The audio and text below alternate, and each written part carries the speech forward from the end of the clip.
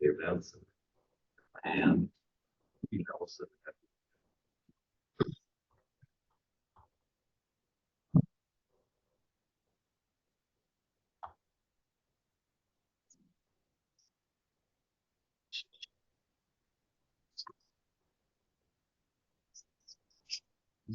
that's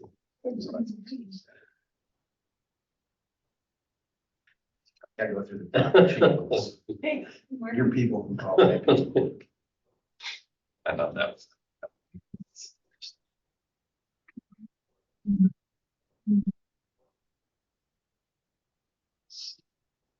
8 o'clock. All right, good morning, everyone. It's 8 o'clock. We'll go ahead and get the meeting started. Welcome, everyone. We have a lot of joining virtually today as well as here in the room. So topic that obviously a lot of people are interested in learning more about. But we're going to start the meeting first with Elaine going to talk a little bit about something fun that the chamber is working on. At the Chamber of Commerce, our mission is really three-pronged: to help build our local business community and to help promote our local business community, as well as advocate for business community and developing connections. And so I want to draw your attention to the app. If you have not downloaded the app, please do so. This is designed to be a community-wide app, so members do get some extra profiling, but it is available to all businesses. So, and we are adding some other components to it. So we have under the play and stay, there is an events tab where you can find a community calendar maintained by Discover Austin. And under live and work, we're starting to figure out how to get the Austin Public Schools calendar linked in there. So there's a game, there's something going on tonight, where's that, what time does it start, concert, whatever, so that people can just see those things. So, and as you know, we're just working on it. So as you go through it and you see something that, needs some help, let us know. We are not saying that this is it all done, all in, but rather just a way to help connect our community. And so it will be continually changing and evolving. Some fun buttons that Chance has added. One is for Valentine's. So little shopping ideas, where to find flowers and candy and other things. He has a romantic date night option in there and just some fun things. And also under live and work, we have jobs and different things. And then there's also just a lot of fun things that will continue to cross categories and just showcase the community. So if you have not, please download it. Please take the card for those of you here and share that with others. And we're looking forward to our official launch on February 22nd and have some fun things that we're doing with that. It's from 2 to 4 at B&J, so that'll be a fun thing. And a special thank you to our sponsors. So our founding app sponsors are First Farmers and Merchants, the B&J Bar and Grill, Nordhaus Realty, the Healthcare Clinic, and Hormel Foods. And then a second level of community sponsors include the SPIA Museum, the Mod Med Spa, the Heichel Team, the Style Lounge, CW Moline Insurance, and ASA Auto. And we have some other opportunities for people to have ownership of categories. So if your category is not already taken and you would like to own that, please connect with Chance. So, and yep, hi. That's kind of the fun thing that we have to talk about, and new ways to promote and to help advocate for our communities. With that being said, advocacy is a big part of it, and that means we work with our good friends, our elected officials. Yes. morning. We'll segue on to you. All right. Well, good morning, everyone. Thanks for coming. Thank you so much for the business owners and what you guys do. It was kind of a tough year last year. But first, I'm going to just share, maybe some of you heard, maybe all of you heard, Majority Leader Dietzig, his cancer is back. And so we're really concerned about her. And so they're going to elect a new majority leader sounds like today or tonight. So that'll be what's on the docket, and it's going to be a little hard because she was pretty good to work with. So we'll have to just pay attention to see who they elect. So this year it's bonding and policy. A year the funding was last year, so there's not doesn't appear to be any money. So I'm not sure if they're going to get some money eked out for childcare. I know that's one of the biggest issues that I'm getting emails on, but we'll have to wait and see. So bonding in this district, we have at least 6 really great projects. The Hormel Institute, Albert Lee wastewater treatment plant. There's some small communities that need some help with their wastewater or water. Clarksboro, Bloom Prairie, Manchester, and then Riverland for some updates they would like. So that's kind of the bonding that we have. And in this district, the governor released his bonding priorities, and unfortunately, there's only 40 million for local projects, which is not good for us or the state of Minnesota, because wastewater. He was just on an interview not that long ago and talked about building roads, bridges, and infrastructure, wastewater treatment. And there's just not a lot of that in there, so I'm not sure if we can. I know that Senator Pappas wasn't quite happy with it either, so we'll see how we navigate through that. Some of the fixes they're going to have to do is the SROs, that they didn't fix. They kicked that down to now. So that's a top priority that they're going to try to hopefully get through, fix that. Some of the other things that they need to fix is the cannabis issues, some of the tax issues that they did because they rushed things through so quickly. Probably the 3 other, probably top that people are concerned with, right? I mentioned childcare was the pull tabs and the switch that they made to that. And we've been pleading for that. I know Senator Mueller did his sports betting and linked that with it to try to get that fixed. That will go into effect after the election, conveniently, right? December. So we're trying to get the word out with that, and most people know that are in that. It's just going to really hurt small communities. That's where they get a lot of their funding for good things, youth sports, and just charities that or they give to charities that need help in these small communities. Flag is a big one. I get a lot of emails on the flag. And the process there, they want me to vote for it. I go, I can't. They didn't even let us vote for it. It was Really, it's 2 colors and a star. so, Why did you copy the Texas flag? I mean, that's so bad. well, so the committee chose it, but we won't get into that. If we can talk about that afterwards if you want to. I'll hang around for a while. But I mentioned childcare. Some of their priorities too was assisted suicide, is what some people call it, depending on which side they're on, I guess. I did talk to a couple of Democrats yesterday, met with them in the cities and the Senate. I'm really hoping. I was encouraged yesterday as I talked to a few of my colleagues across the aisle. And sounds like they're going to stand up a little bit more to the House this year, which is exciting. That's what we're supposed to. And so they say that is not going anywhere. The bill is bad. I haven't really read the bill. And so the House is really excited about it. So it's like that's going to move. Like I said, child care is a big thing that we'll see how we navigate through that. In terms of childcare, would that be funding to support childcare? Would that be revisiting the regulations? Well, we would like to do the good question. That's what I'm going to work on, is trying to get some of the regulation mandates. That's what kind of drove out the small homes, daycare. And so there's a place for all of them. And so for us, that's what we would go. But they're looking for some funding. So we'll have to wait and see.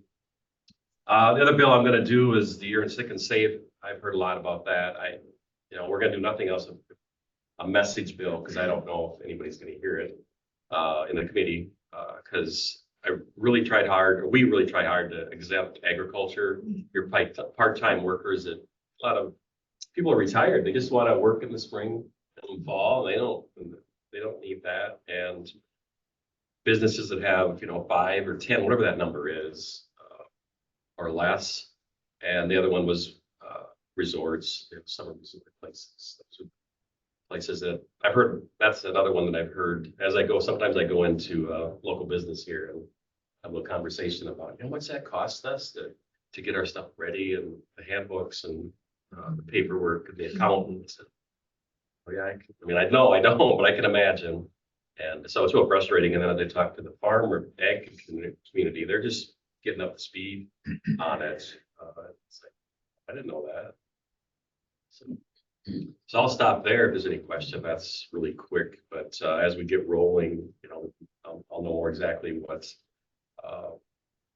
they're going to do, because being in the minority, they'll fill us in. Just have to pick it up. Maybe after the meeting, you and I could have a conversation and I can find out exactly who we should write to, Okay. who we should contact. Do that. Patty just said that she's got to move across town and traffic's bad, so. Okay. Thank you. Yeah, you. Anything else from you, Chair? No, unless there's a question, and I'll hang around and afterwards, if you want to talk about specifics, something specific. How much power do you have on the bonding bill to trade enough to get this agricultural workers, small business workers? But That's do you have any aces in your deck? That's the only one we have, and that's what we used last year to get that 300 million for funding for nursing home. That's the only time they need our votes is in the bonding. So that's a good question. Pardon me? It's 2/3 to get the bonding. Yeah, 60%. Lay your cards right, get it done. It's hard. That's what we did last year. And you saw how I don't like playing chips. Using my district as a pawn, it's hard with that, the wastewater treatment plant last year with Austin. I was getting calls because we voted no on the first time. We wanted it. Of course we wanted it, but we had to stick together. And that's what we did. So it's a hard chip to use, but that's what we did last year. I'm not sure. We'll have to wait and see how it turns out. Really important area. All right. Well, thanks again, Gene. You're welcome. Moving on to the RFP and comprehensive. We need Patty to go first. So she is still. Yeah. She needed to go, right? She's still there? I Patty? see her. Yeah. Sorry. Hi. Sorry, guys. I wish I could be there in person, but I was asked to be a part of an educational panel up here in the cities, and so I am up here in the cities, which is great. And so a lot of the things that the senator talked about, I can echo a little bit. If you're more interested in some of the childcare needs that we're looking at, I know that Senator Klobuchar was here looking at the childcare facility that Hormel has that is building and is completing pretty soon, which is a model, again, that will be really exciting to see how that's replicated, as businesses are going to have to start looking at more interesting and out-of-the-box ways to maintain employees. Hoping that you guys have a chance to actually do that, since we are our business climate in Minnesota is not always very friendly. But if you are, as I was saying, if you are interested in that, on Thursday at 10:30 in Blooming Prairie, they are having a rural childcare crisis panel that I am on. And so that's at the Leo Augusta Academy there, right on 218. So feel free, I'll send that information out to you, Elaine. And if people want to come and if they have time to come and see it, that would be great. If not, I'm sure it'll be recorded and put on the internet someplace. So that'll be a really great thing for people to come and see. I know there's a lot of people who are coming to talk about this pressing need that we are seeing here in rural Minnesota. Speaking of that, one of the things that I continue to get emails about is a bill that has not even been introduced yet. And it's a bill that is, I believe, dubbed the Great Start Act by Representative Katiza Watoon. And this bill would essentially make sure that anyone who makes anywhere between $50,000 and $80,000 a year, they are not eligible for MA assistance for childcare, but they are in that in-between range where it's really expensive for them. that this bill would basically say that the surplus that we see would, the state of Minnesota would just pay for that. But what I'm concerned, and I haven't seen language yet, is that this would then basically, when Minnesota gets to decide that they're going to pay for something, they get to decide how you get to pay for it. And so I have heard rumblings that you would only receive this type of voucher or payment or reimbursement, whatever. Again, we haven't even seen language yet. We've just heard, and I've received lots and lots of emails about it. So the advocacy groups are out in full force. We've just heard that this would pay basically for childcare. And this would essentially, because each of the childcare options would have to meet certain requirements, this would essentially close down our family childcare providers, because it would require, again, probably parent aware at 5-star. It would probably require that the teacher or that the childcare provider have a 4-year degree in early childcare or blah, blah, blah. And if it's not, that would be interesting, but I can't see that not happening, to be honest. And so I really am concerned about this bill. Sometimes we get dollar signs in our eyes and we think, oh gosh, this would be amazing, but it's not going to be, here's money and you can use it for what you want. It's going to be, here's money, you don't get to use it for anything but what we tell you to. So I'm interested to see that language, but TBA about what's going to be happening with it when we actually get to see it. Senator mentioned many of the fix-it bills that we'll be talking about. The tax bill that's going to be fixing some drafting error, cannabis bill that we'll be talking about. I've received several emails about sports betting and the e-poll tabs. And so that's going to be an interesting debate that we'll have. I did watch the 5.5-hour committee about the End of Life Options Act, otherwise known on my side of the aisle as assisted suicide. And that will be coming to public safety next on my side. So that will be really interesting to see what that language is, something that I'm pretty concerned about, to be honest. And then, of course, everything else that's in the news that you've heard about the flag and the sanctuary state and all of those things. I continue to be steadfast in trying to make sure that we fix the PFMLA law to make sure that our small businesses are still going to be able to thrive. Riverland and Hormel Institute have given me updated bonding requests. And I talked to Chair Lee and to our lead on this side of the aisle, and they are encouraged that these bills will receive a hearing, and that when it receives a hearing, that we'll be able to amend the amount and amend the bill at that point in time. So I'm looking forward to being able to show off Austin and our surrounding areas about how important some of our bonding projects are. And so, yeah, that's like super quick update. I have like 2 minutes. So if you have any more questions, I would love to take them. I'm so sorry. Town hall meeting tonight, is that right? Town hall tonight with the senator in Rose Creek. So if you'd like to come, we did have some constituents come and talk to us and say, hey, we'd like to kind of get a preview and to understand what happened in the 23 session, since it such was a whirlwind. And so short notice, we were able to find some space at Rose Creek Town Hall. So feel free to come out at 6:30 tonight. I will, Lord willing, be back in the district by that time. And we will look forward to talking to you all for as long as you need. Great. Thank you, Representative Mueller. Appreciate your time. Safe travel today. Oh yeah, thank you for all that you do. And again, sorry, it's like hi bye. All right. Now moving.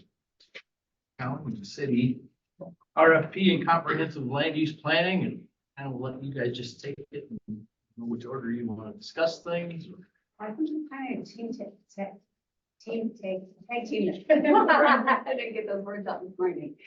So I thought, I know you have some questions, but I thought, comprehensive land use planning is something that is just part of the everyday vernacular of somebody who's in governance, who's in city or county government. And I thought maybe not everybody in the business world understands what these plans are.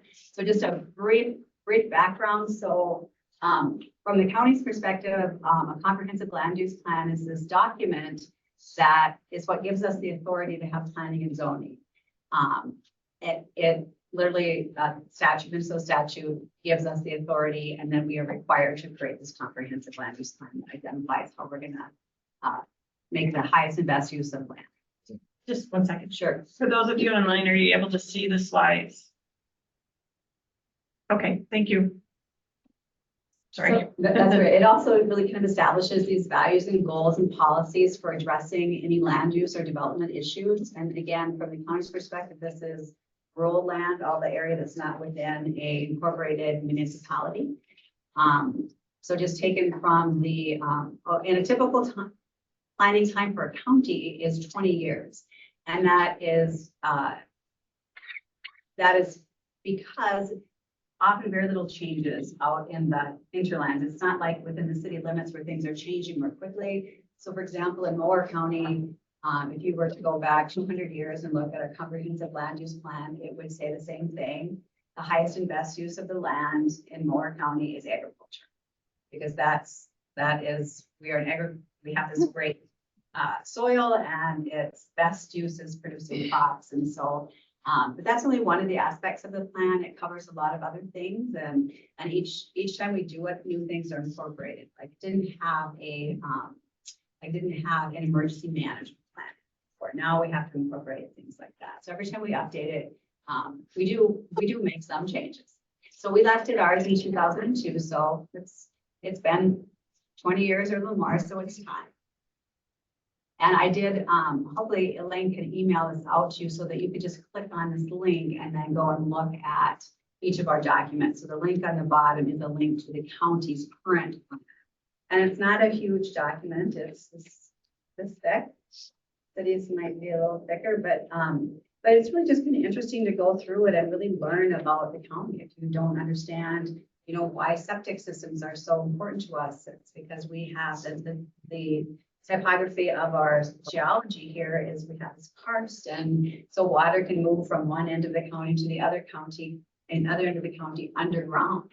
And so the surface water becomes really important, because if you do some polluting of it here right around the city of Austin, it could make its way all the way to Meadow or Byron or somewhere. It goes underneath. So anyway, I find it a really interesting document that if you're having insomnia, I highly encourage you to pull it out and read it. Trish, can I ask a question? So how often do you or your staff or your team or the commissioners, I guess, refer to that, look at that and say, okay, let's look at our comprehensive plan that may help us do this?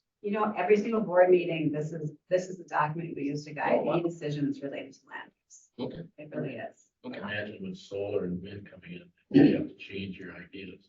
Well, and see, that's some of the pressure, because we are saying highest and best use is farming. If it's not solar, it wouldn't be necessarily wind, although wind takes a small portion of acreage out of production. Solar takes a lot more.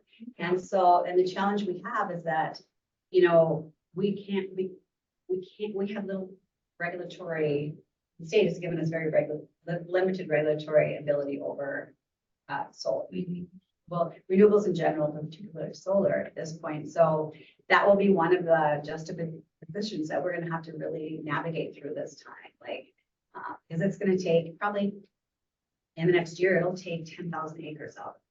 I mean, and maybe in the whole scheme of things, that's not a lot, but it's a lot. It's pretty huge. So. But the biggest problem too, a lot of people are going out buying 40 acres and one house, 35 acres. Sit by it.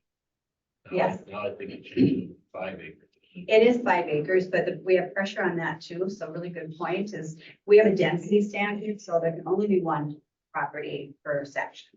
And so, no, for a quarter, I'm sorry, 160 acres. So you only have one house for every 160 acres. So imagine if that was the density standard in the city of Austin. You wouldn't have much population, but that's our density standard. So we don't have small little subdivisions cropping up everywhere. So we're not to say we're anti-subdivision or we're anti-growth, but we want it to be inside municipalities. Just, you know, and that's what comes out of the, Obvious reasons. all of those things. And also mostly, again, going back to what do we say at the end of the day is the highest and best use of the land? That's really the question all the time that comes back. So every planning commission, every time a land use question comes up, we really are looking at it all the time. How did Belmont addition? That is a good question. We do have a subdivision ordinance. So if you follow, That's weird. I will agree that maybe that's the one that is the reason why we do have a subdivision ordinance now. We didn't know. Where is that at? Yeah, that's a bit. Where is Bellman? Okay, well, two feet south and turn the first houses to the right. That's Oh, like where they go back further, they're not just onto the T. about 15. And some of the, that's a perfect example, and an example of another one that we have out in the county is the Red Rock subdivision, or I think it's called Meadows of Dobbins Creek now. So when that was first started, the subdivision, it was platted, it was approved as a subdivision, and there was it was a small subdivision, maybe 10 or 12 houses, and then and a road into it. That's gravel, and then they wanted to keep expanding back and back and back. And so Hodgman continued to develop that, and that road extended. And then fortunately, the township agreed to take on that segment of road. But our subdivision ordinance requires there to be 2 exits out of a subdivision if it goes more than a half a mile in or something to that effect. And so there had to be a second road built. And right now there's an argument over who owns the second road. And so after 20 years now, the township is saying, we're no longer going to maintain this road. It's not a town road. 15 people who live out there are saying that you should continue it for 20 years. And so that will be an issue. We're talking about it today at the board meeting. So yeah, good. You need to, and have enforcement behind it. We do our best. Okay, sorry about that. On to, so that's from the city's perspective, what our document is and does. So the next one is really kind of Craig's. One of those people in control. Well, no, I didn't. I got a different. Okay, all right. Hold on, I'm trying to figure out why it's not working together. It's something, here's what's happening, this is really just another company. Yeah, there's 3. So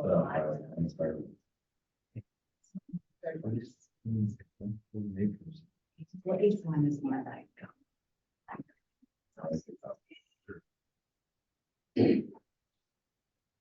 So I have it, and the camera is not working, so. We're gonna follow this, which is great, right? Right, Yeah, but there's people online. So Yeah, if you that's- follow, if I can get the people online to follow that and turn your copy here. Sure. So really a city comprehensive plan is very, very similar to counties. It's much more complex because there are a lot of more elements to it. And I did put the link at the bottom of the page so you can go out and look at the comprehensive plan.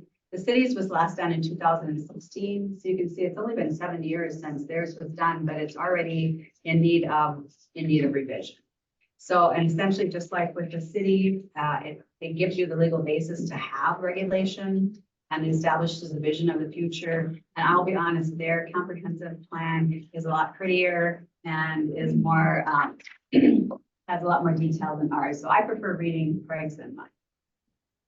Then there's a third plan. Counties don't have one of these, but it's called the Downtown Master Plan, and it's really a plan within a plan. I mean, it's separate from your comprehensive plan, but it's really part of it. So it's a strategy that really focuses on your downtown with a focus on local business, residential life, and then public spaces. And so the Austin's master plan has really 3 strategic initiatives, which was economic value, regional value, and symbolic value. And that was done in 2014. Can I just ask a question? Sure. In looking at the 2014 plan, what are the things that have been accomplished that were outlined in that 2014 plan? That's a good question. I don't know the answer to it. I don't know the answer to it off the top of my head, but, can I go ahead and go? Can you let me finish? Yeah, No, I'll yeah. let you run. Yeah. What I would say is that the most important thing that has accomplished that within their plan was to try to create alignment. Try to bring together, whether it's Mayo and Hormel and city, all local units of government together to do planning together. So with their comprehensive plan and their master plan. And I think until recently, the county probably didn't really understand the value of downtown. A lot of our constituents in rural Mower County wouldn't understand why we would invest in downtown. But I think through the Velocity Group, we all learned a lot that really this is, besides farmland, our downtown is the cash cow of our county. And what's good for downtown is good for everybody within our whole county. And so I think if nothing else in that plan got accomplished, that has gotten accomplished.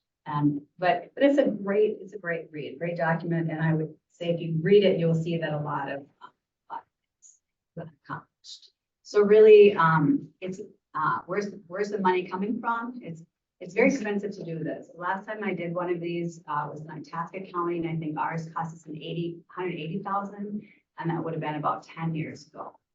So, and that was for just the counties. So we're hoping that by doing this together, the city, county, we're able to get a little better value for it.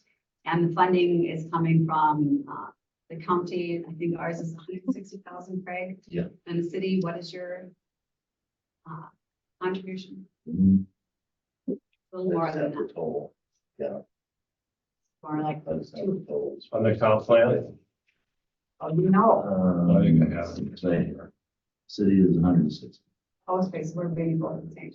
And Mayo and Hormel and the foundation have all kicked in to kind of provide the gap funding for this, so that we can do this together with our partners. So the total's about $465,000. Yeah, okay. I think our original estimate was hoping it would be, the amount of money we have is 466. Doesn't mean we have spent them. And I think with the Hormel Foundation, we only get reimbursed from them for expenses incurred, so it may not cost that. So why are we doing this?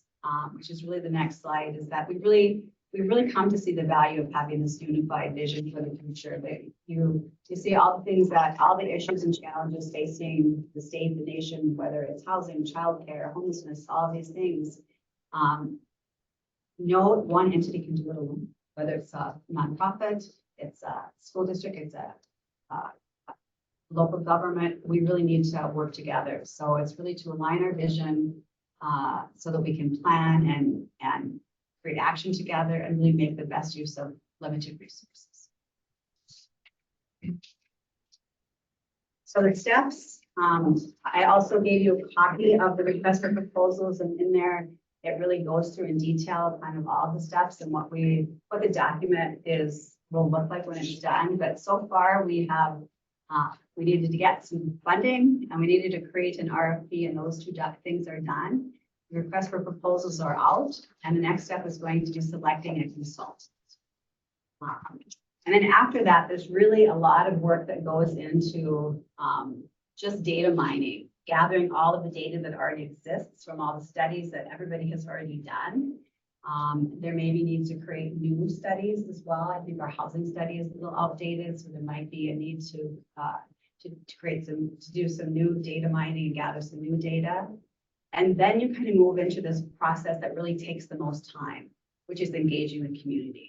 And a consultant typically holds a lot of different focus groups, invites a lot of different people, whether it's business, community members, people all come around the table and to have to participate in creating this plan. So the last time I did it was an 18-month process, lots and lots of meetings. I will tell you that even law enforcement had to come to one of our meetings. It got kind of ugly. We happened to have the fairgrounds in Itasca County right in the middle of the city, and there was little contention between people. And so This is a really intense process because people are very passionate about the cities that they live in, what's going to happen to their businesses perhaps, or what is going to happen with their parks. And so people come together that are really invested.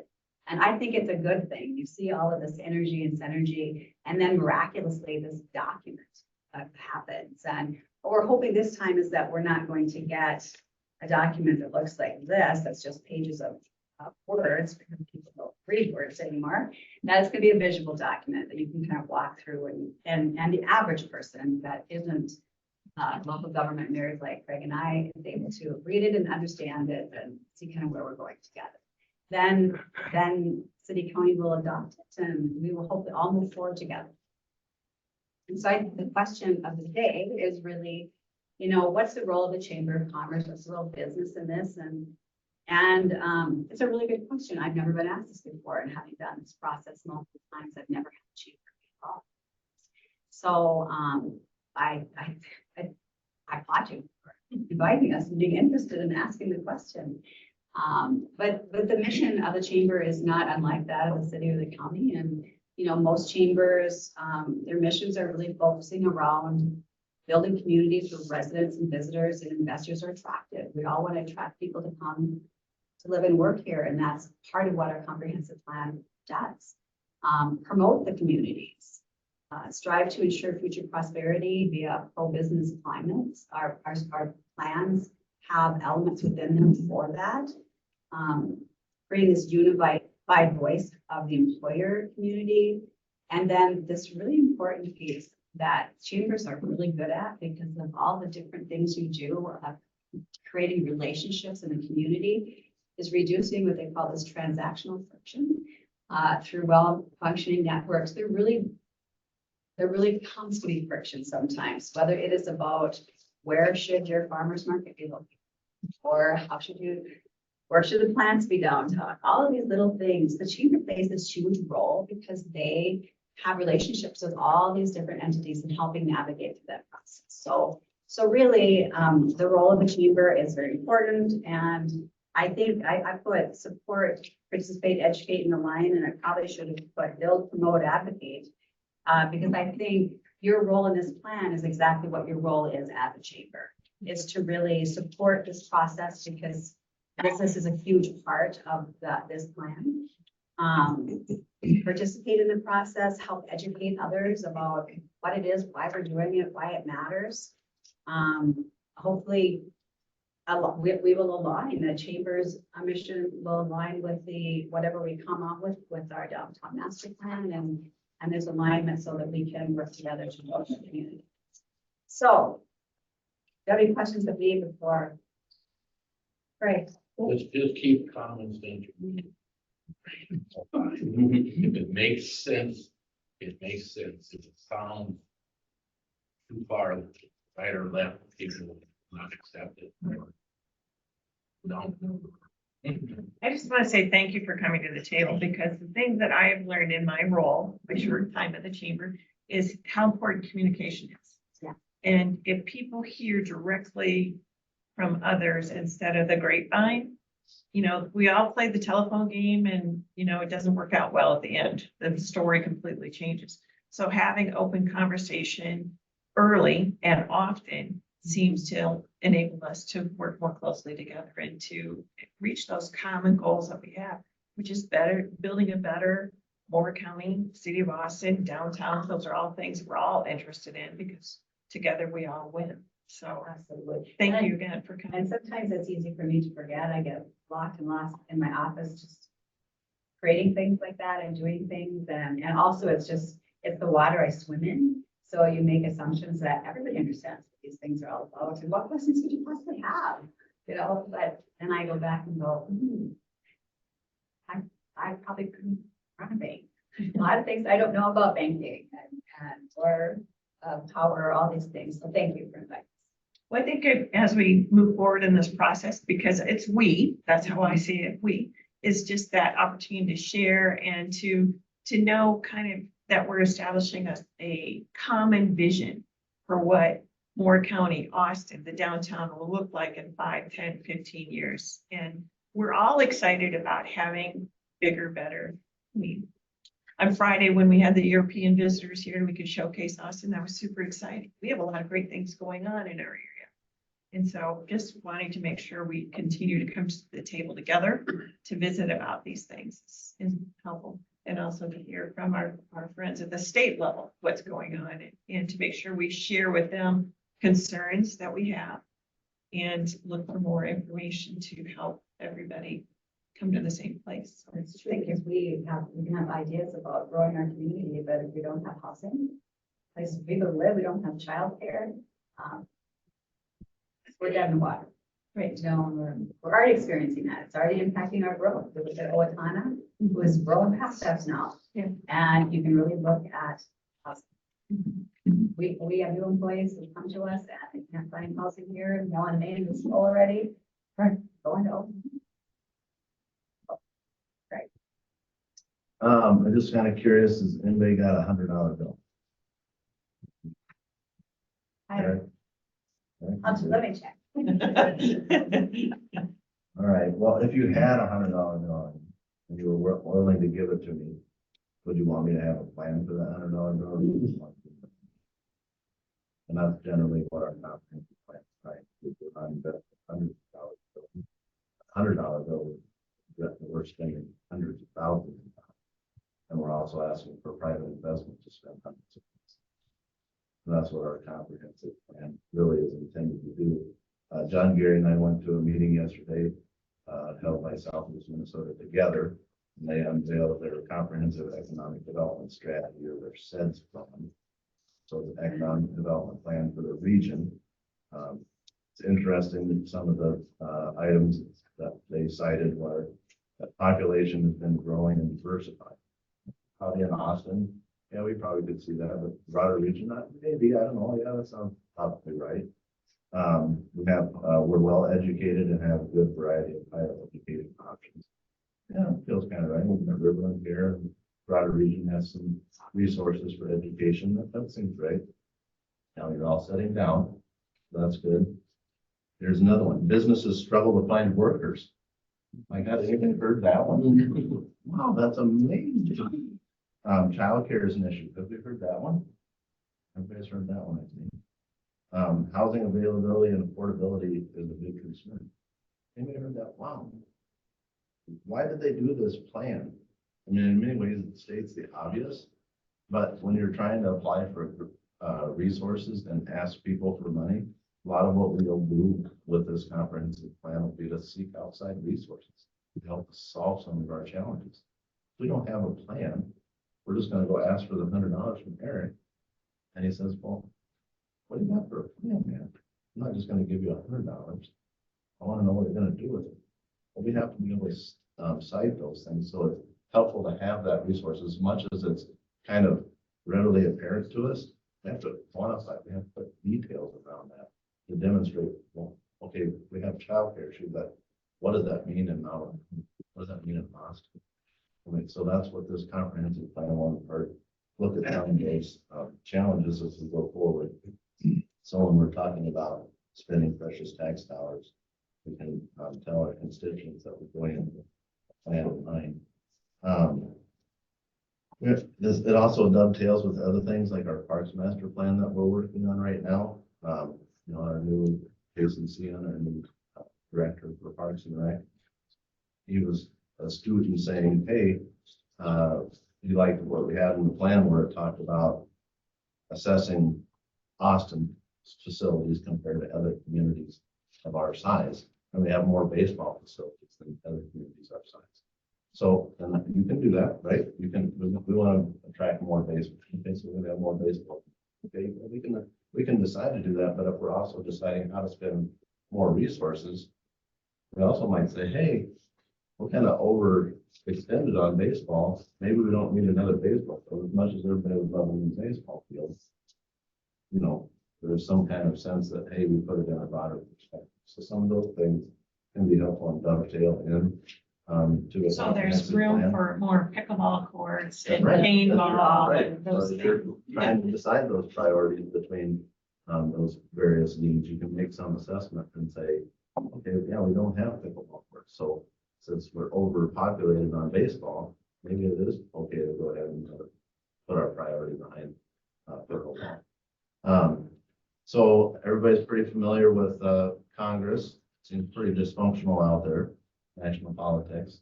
State, sorry, Gene, it's kind of teetering. I'm a bit concerned about that. We have done something magical in Austin and Mower County. We have alignment. We're working with the county. We're working with other entities on this comprehensive plan. We're gonna work together, Terrence. Isn't that a good thing? Can I hear an amen for that? All right. So we're gonna work together. We've got the city county.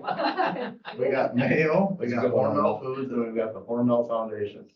I mean, it had been, I don't know, people that follow the foundation closely, they weren't really excited about funding things that's how we should say that, weren't necessarily kind of clicks, right? They want, got a new rec center, wow, that's fantastic, we can point to that, and it's awesome. Or But basic this, needs, they like to fund basic needs. yeah, there's some of that, but here we're doing comprehensive plan, and we've been told in many instances, that's just really kind of the city's responsibility. That's not the foundation. We have the foundation on board for a comprehensive plan. It doesn't get more brass tacks than the comprehensive plan, and we got the foundation buying it. So, we're really at a unique crossroads to be able to bring everybody together. And then on top of it, we always struggle in the public sector with resources. You have $466,000 to do this thing. You will never have seen public engagement like you have with this comprehensive plan. I think, John, Gary, were you around for the last comprehensive plan? Yes, Or was that the zoning plan? Maybe that was the zoning plan. probably both. Yeah, It's 2000. that kind of involvement was one thing, but we're gonna take it to the next level and bring in a consultant. That's what we've done the RFP for, to try to really have them demonstrate, how can you get engagement? How do you get the chamber actively involved? How do you get just general constituents involved in the process so that they can have their opinions held on it? If I lived in the southeast part of town and care about the downtown, you can have an impact on our downtown master. That's a community-wide proposal. Food City, has anybody heard anything about that? That's a component that we're talking about. We want to have the consultant talk to us about how they could bring that to life. So Austin can increase our identity in the broader region in the city. It's a long process, 18-month process. So I know everybody's excited to get started, but it will take quite a bit of time. But we've got the RFQ out, and March 15th they're due. We hope to have a decision by the latter part of April, and then just move forward in a methodical way. We're really excited about the opportunity for it. What will be some of the tactical things that emanate from the plan? Another example, we have Oriental Pearl over by Freedom Gas Station. They bought the facility and they wanted to run a massage out of there, but they also want to live there. The zoning doesn't allow for that. For our downtown master plan, I'm thinking about it late, our B3 zoning district has different rules for the downtown that accommodate that, have the facade enhancement. Those are the types of things that will come out of the comprehensive plan and make it a working document that we can carry forward. But some of the tactical things would be really kind of beyond that. You want to have a comprehensive plan that, put it to some extent, accommodates the wide swath of things. So we don't know what, but 5 years ago, we wouldn't have known anything about farm. Maybe, I don't know. So how do you have a comprehensive plan that can be broad enough that accommodates some of those things, but at the same time specific enough to say, this is what we want to accomplish. If we want to see Oakwood and First Avenue transition, and you're driving down and you think to yourself, God, is this residential? Is this commercial? What is going on here? I don't know. And how do we try to move that to the highest and best use, as Trish was talking about? How do we see that transition? There's things that we do that there'll be a consequence. Well, you're right. Maybe it'll be crazy. But what we can assure you is that it'll be a public process that if you think it's crazy, you can come tell us. Don't do that, The Craig. common sense rules everything. Right, but, The other thing we need to do is get a movie theater back in this town Yep. again. It's Mhm. ridiculous. You gotta drive that legal project just to see a first run movie. We gotta start a foundation or something. Obviously, if it's anybody who was looking at that situation, does the bottom line, a yellow sheet, piece of paper tells you, you don't make any money off of movies. So then you gotta put it into a public, type of situation where you get tax benefits and you don't have to worry about all the taxes. And you have to, you know, some type of public entity that we can start. You know, first run movies theater back in this town is ridiculous. That you have to travel to Rochester, or Albert Lee just to see a Marvel movie. It's- so for our comprehensive plan, I don't know if the city's gonna probably finance a movie theater, but what are the things that underpin the community that end up leading to having more people call Austin home? And then the numbers for the movie theater companies think, yeah, I think with that kind of population, with that kind of disposable income, I can open a movie theater, and make it go with it. I think the results also inform business about, where are the gaps? So if there's entrepreneurs who are thinking, oh, I would really like to open a business, there's ideas that come out of the plan. Or businesses can decide whether I want to expand or contract and do something different. There's a lot of data that will come out of the plan. There's been a lot of discussion at the state level about mandating in R1 that you can have like condos. Well, they do that. The developer could do that. They're pulling their hair out, lighting their hair on fire. And saying that we gotta do that. We've done it for decades.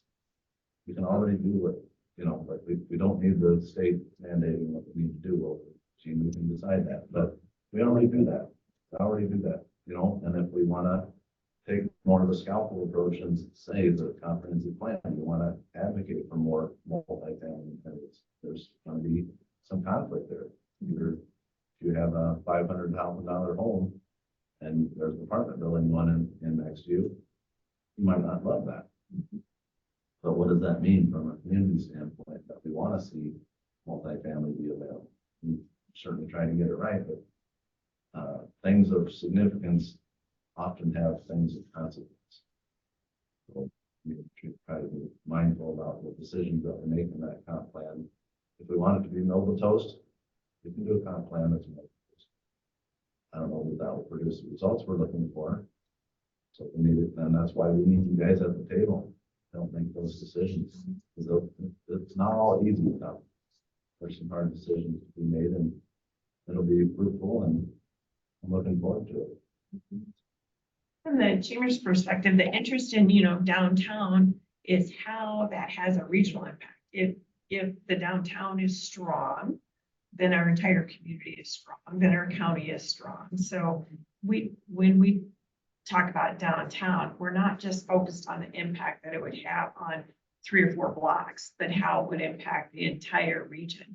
And so we're excited to talk about that. We're also excited to look at maybe what the next round of local option sales tax, if we're able to have that, how that could support some of these initiatives that would happen, so that as visitors come to town, they can help to support some of those engagements and increases. So look forward to continuing the conversation, because money always is bottom line, right? We need money to make things happen. We need money, from the state. We need to make sure that the state remembers there is truly a greater Minnesota, and that we deserve to have some of that. So if you can pry some bucks out of the metro, Gene, that'd be awesome. So it's a tough thing. But thank you. Just coming to the table has Elaine? helps a lot. Hi, Hi, Sandy. Sandy here. Hi.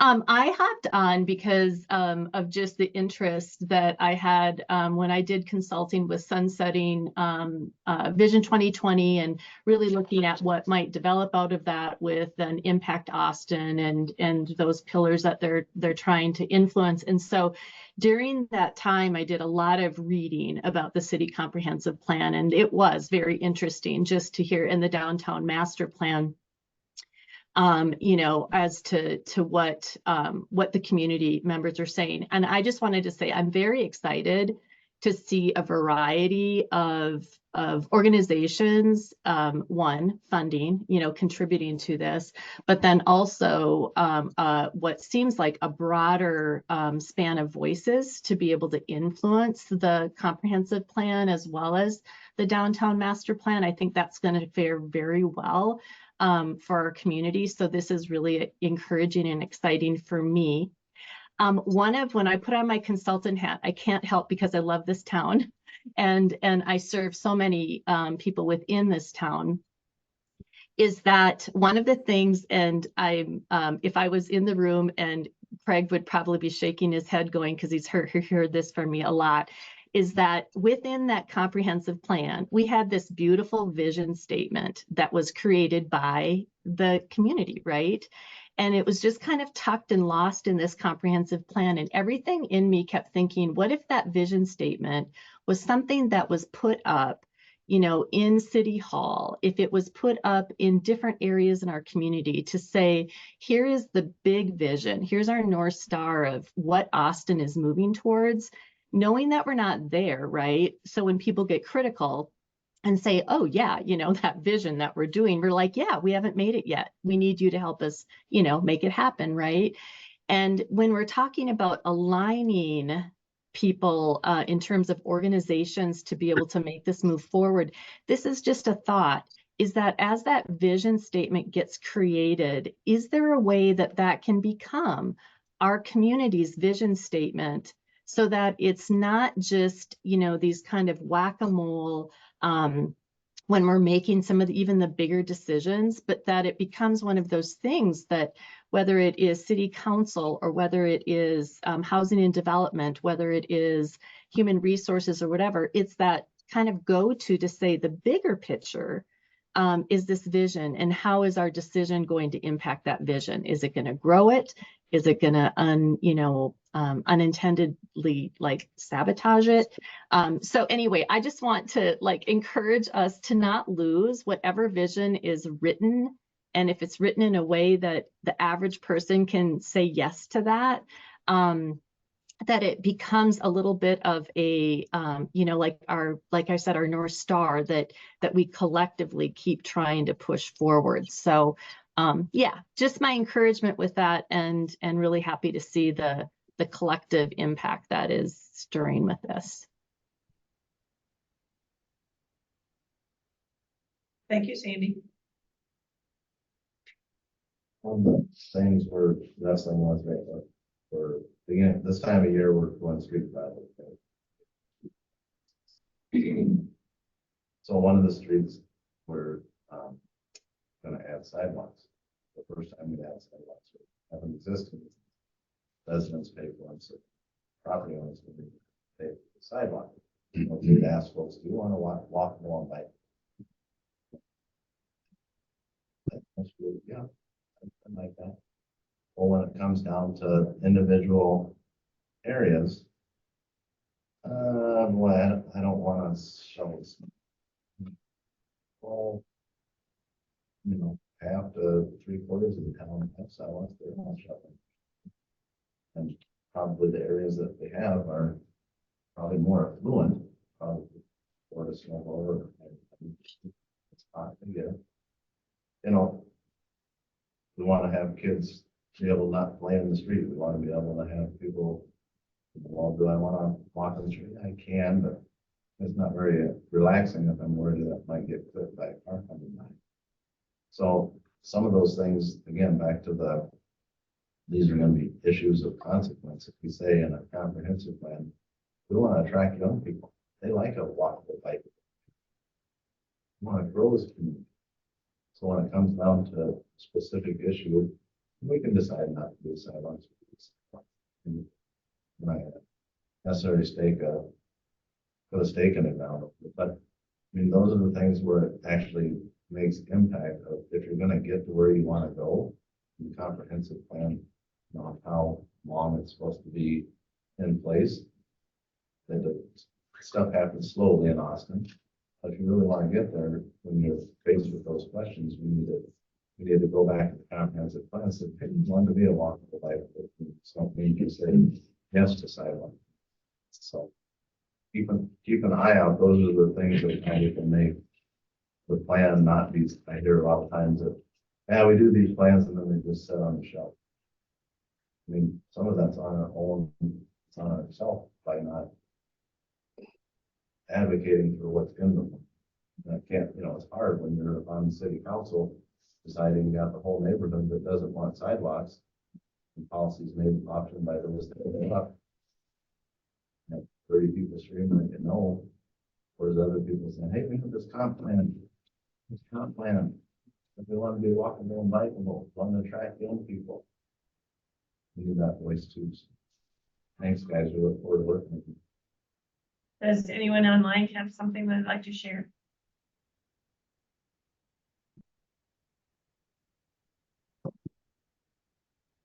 All right. Thank you for the information. Really appreciate it. Keep us in the loop on how community and business owners can input those opportunities arise. You won't Because miss it. I think that this is a very a group that would like to be involved and give their 2 cents, so to speak. So again, thank you very much. Appreciate it. And we're right at 9 o'clock. So thank you all for coming. Thanks for your participation. Have a good day. Bye, everyone. Yeah.